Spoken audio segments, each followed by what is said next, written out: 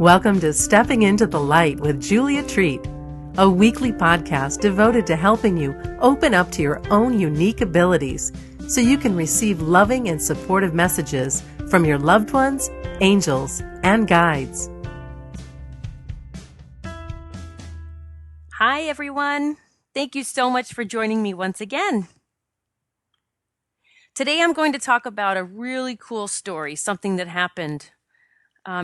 It's in my book, Stepping Into the Light, and it's chapter 25, and the title of the chapter is Karisa and The Unicorn. I had the privilege of connecting with a beautiful young girl named Karisa, who had passed away in a terrible house fire. Her mother, Jenny, contacted me for a reading and asked that I see her as soon as possible. I didn't know what Jenny was in need of when she booked her appointment, only that it was important that I see her as soon as I possibly could. When Jenny arrived for her reading, she looked pale and completely heartbroken. I could feel the pain and anguish she carried in her heart as soon as I greeted her at the door. I had done thousands of readings in the past and had been exposed to so much heartbreak. But Jenny had one of the heaviest hearts I had ever encountered. As we settled in for her reading, I explained that I would be opening with a prayer, calling in all of her angels, her guides, and any loved ones who could help. I knew nothing about Jenny other than her first name and phone number, and had absolutely no idea that this reading would be one of the most amazing and life-changing readings I would ever do. Not only life-changing for my client, but for me as well. I said a prayer and began connecting with Jenny's loved ones and guides. Jenny's daughter, Karisa, came dancing in immediately. I felt such a loving spirit, and I immediately connected with Karisa's beautiful smile. As Karisa came in, I realized that I had left some music playing and got up to turn it off. I often have beautiful music playing in my home when clients arrive, and I turn it off right before their reading begins. I had forgotten to turn it off this time, until we had already begun the reading. As I stood up to turn the music off, I heard Karisa tell me no. She doesn't want me to turn the music off, I told Jenny. She likes it. Jenny nodded her head and said that Karisa liked that particular kind of music that I was playing, and she listened to it often when she was alive. Karisa came through with so many messages for her mother. It was truly amazing how crystal clear she was. She was so delightful and had so many loving messages for her mother as well as her father, who, unbeknownst to me, was sitting outside in the car. As Karisa continued to offer messages for both her mother and her father, Jenny asked if she could go and get her husband so that he could hear everything she had to say. I gladly agreed, as Karisa was obviously reaching out to both of them. After a few moments, Jenny returned with Karisa's father. Messages just started pouring in about hanging out with her father in the garage, riding his motorcycle, and even reminiscing about the pink do-rag she often wore. Karisa's father was overwhelmed. He wiped tears from his eyes as he stared forward, peering out of the picture windows that stood on the back of my deck. She wore that pink do-rag all the time, he said. As Karisa's father continued peering forward, a flock of butterflies suddenly flew by the large picture window straight ahead. I didn't actually see them for myself, but Karisa's father said, "Oh my God," as he described what he had just witnessed. He proceeded to tell me that one of Carissa's signs was a butterfly and that she often visited both of them that way. We all sat quietly for a few moments, processing what had just happened. We all knew that Karissa had sent that flock of butterflies at that very moment for her father to see.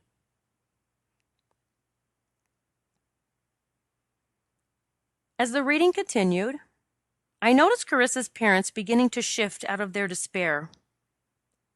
However, I felt there was something that was still weighing on Jenny's mind. She still looked a bit troubled, as if something hadn't been answered. I looked at Jenny and I asked, "Is there anything else you needed to know today?" Jenny began to tell me that she felt as though Carissa's death was all her fault. She explained that on the night of the fire, she was holding Carissa's hand in hers as they were trying to escape down the stairs from the second floor where they had been sleeping. They were approximately halfway down the stairs when she realized that Carissa's hand was gone. "I couldn't believe it," she said. "One minute we were running down the stairs hand in hand, and then she was gone." Jenny lost her somehow and couldn't find her, as the smoke had gotten so thick. She described how that picture had played over and over in her head, and how she couldn't get rid of it.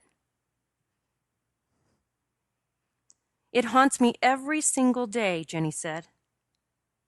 "I just need to know what happened to Carissa." As I focused on Jenny's question, visions of what had happened began to pour in. I shared what I saw as it began to unfold within my mind. I saw all of the smoke around Carissa and her mother. It was thick and dark, making it difficult to see anything. I could hear them coughing and watched as they made their way down the stairs.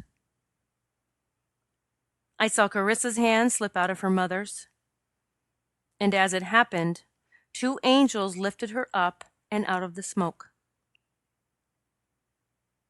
Although I saw the angels lift Carissa's body completely out of the fire-ravaged home, I knew that it was actually her soul that they had lifted up and out. "The angels placed her on top of a unicorn," I said.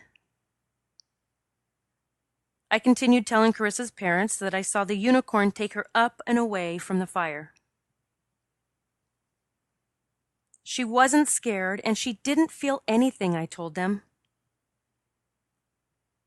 The angels and that unicorn spared her any fear or pain. As I finished telling Carissa's parents what I was seeing, I told them that I had never seen a unicorn in a reading before. "Oh, I believe they exist," I told them, "but I've never connected with one like that before while giving a reading." As the reading came to an end, Carissa's parents seemed more at peace. Of course, nothing would ever be able to replace their beloved daughter. But they were relieved that the angels had taken care of Carissa and that she didn't suffer. Their reading came to an end, and we hugged one another and said our goodbyes. As I watched Carissa's parents walk down the steps from my porch, I could see little Carissa skipping alongside of them. Oh, how I wished they could sense their daughter right beside them. I didn't know if I would ever talk with Carissa's parents again, but I felt so much love coming from this beautiful young girl who had died so young. I felt blessed to have connected with such a beautiful soul and asked the angels to help Carissa's parents continue with their healing. I heard from Jenny a couple of weeks later. She called and left a message on my phone and stated that she had something amazing to tell me. I called back as soon as I could, as I was eager to hear what she had to say. Jenny answered the phone and told me that she had told her neighbors all about the reading she had had with me. She said she had told them everything, even the part about the angels placing Karisa on top of a unicorn. I didn't care how crazy I sounded, Jenny said. I just had to tell them. Jenny continued and told me that her neighbors were stunned when she mentioned the unicorn. They just stared at me with their mouths wide open, she said. It turns out that Jenny's neighbors had taken pictures of the house that evening as it was engulfed in flames. When they were looking at the pictures later, they were taken aback by the clouds of smoke that rose above the house, as they were in the shape of a horse. As you can imagine, I was completely shocked and surprised at what I was hearing. "Oh my gosh," I exclaimed. "The angels really did place her on that unicorn." I went silent, and tears welled up in my eyes as I tried to process what I was hearing.